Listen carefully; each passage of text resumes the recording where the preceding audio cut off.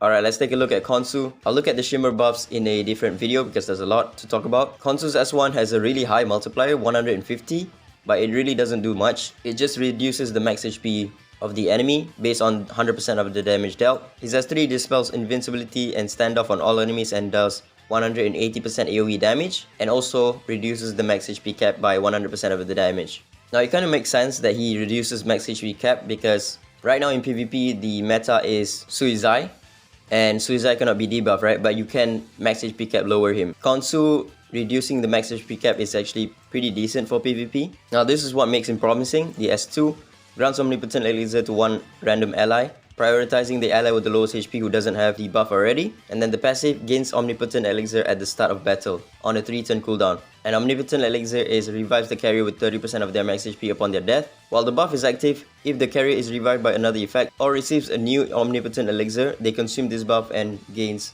Elixir Surge for 1 turn. Resets the cooldown of ability 3 when it's cast and increases the AP by 30%. So the buff is really not that crazy, but he does give this buff pretty often when you have his resonance. His dividend, when the target is below 50% HP, the S3 does 25% more damage. Kinda boring. His captain ability is also really weird. For a support, he has an attack lead of 30% universal. His attack stat is really high for a support. It's around 1.1k at level 60, but the rest of his stats are pretty bad. He has really low HP. Defense is also pretty low, which kind of makes sense because both of his S1 and S3 scales off of attack, right? And for the rival rune, they gave him wind set with attack, and speed. And Avatara, really high attack as well, 4.2k. Alright, his resonance, this is where it gets interesting. R1, S3 partially ignores the target's defense.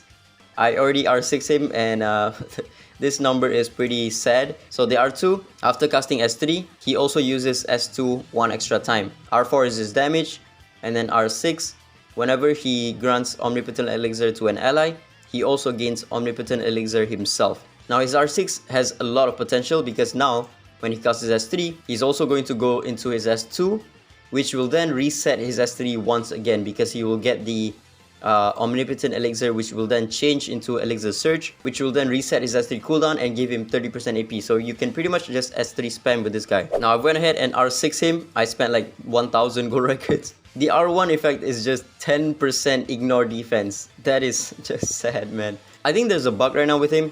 When I use the S3, he should instantly refresh the S3 cooldown, right? Because at the start of battle, he already has the Omnipotent Elixir on himself because of the S2 passive right here. But because I have him at R6, whenever I cast the S3, he's also going to go into his S2 and then reset his S3 cooldown. But for whatever reason, it doesn't do that. He has the Omnipotent Elixir, my Sakura does not have it. His R6 effect, whenever he grants an ally the Omnipotent Elixir, he will also get it himself, right? So the Omnipotent Elixir on himself will then change into Elixir Surge. He's gonna cast the S3, goes into the S2, changes the Omnipotent Elixir to Elixir Surge, but for whatever reason, his S3 is still on cooldown.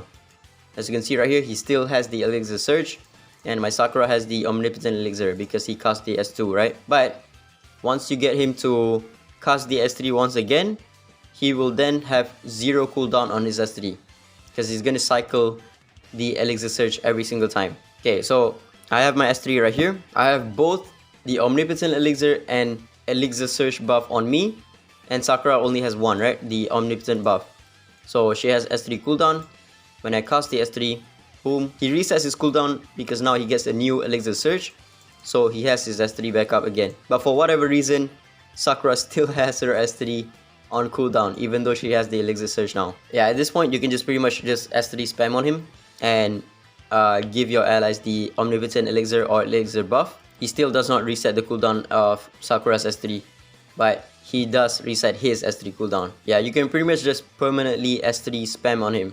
Now here's what happens when you start with the S2. You still won't reset the S3 cooldown of your allies for whatever reason, but you can start the S3 spam fest a lot faster. So start with the S2. He now has both of the buff, Omnipotent and also Elixir buff, and your Sakura has the Omnipotent buff, right? So when I use the S3 right now, in theory he should reset the S3 cooldown of your Sakura because this buff will then turn into Elixir buff, right? But instead he resets the S3 of his cooldown. And Sakura still has a cooldown on her S3. So in theory, this guy should be able to reset the S3 cooldown of your allies every single time he S3, of one of your allies at least, right? Because whenever he S3, he will then give your lowest HP ally the Omnipotent Elixir, which will then change into Elixir Surge, which will reset their S3 and also give them 30% AP. But in a 5-man team, that doesn't really happen because you have too many allies and you need to give the Omnipotent Elixir to each of your allies. So what happens here is whenever I cast the S2 or S3, the Omnipotent buff will go to your lowest HP ally and then move upwards, right? So it goes to Leora first, and then when I get Khonsu's turn again and I cast his S3, it's going to go to the next ally. It goes to my Embla. Okay, next is probably going to be my Genie. Yep, it goes to Genie. Boom. It goes to Sakura, and then now you can start reducing the cooldown of your allies S3. If they don't die, come on, please don't die. Okay, S3, it will reset. Okay, it didn't reset, but in theory it should reset Leora's S3 as well. Oh, okay, it's not a bug. Resets the S3 cooldown when it's cast. So if you already have your S3 on cooldown, you will not reset the cooldown, if that makes any sense. So for example, right, I'm not going to use her S3 cooldown. I'm going to give her the Omnipotent buff first. I'm still not going to be using her S3, and then now I'm going to be using his S3, which will then give her Elixir Surge. And then when I cast the S3, it resets her S3 cooldown. So there we go. And it also uses up the thingy.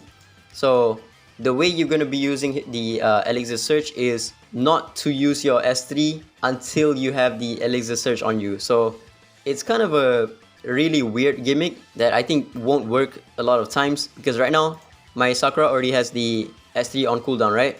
So I cannot cast it. So when I use the S2 or S3 of this guy, he's gonna give Omnipotent Elixir alongside the Elixir Surge buff, but my Sakura will not have her S3 to cast, so it cannot reset the cooldown. So I need to wait until my Sakura has the S3 once again to get the reset on her S3.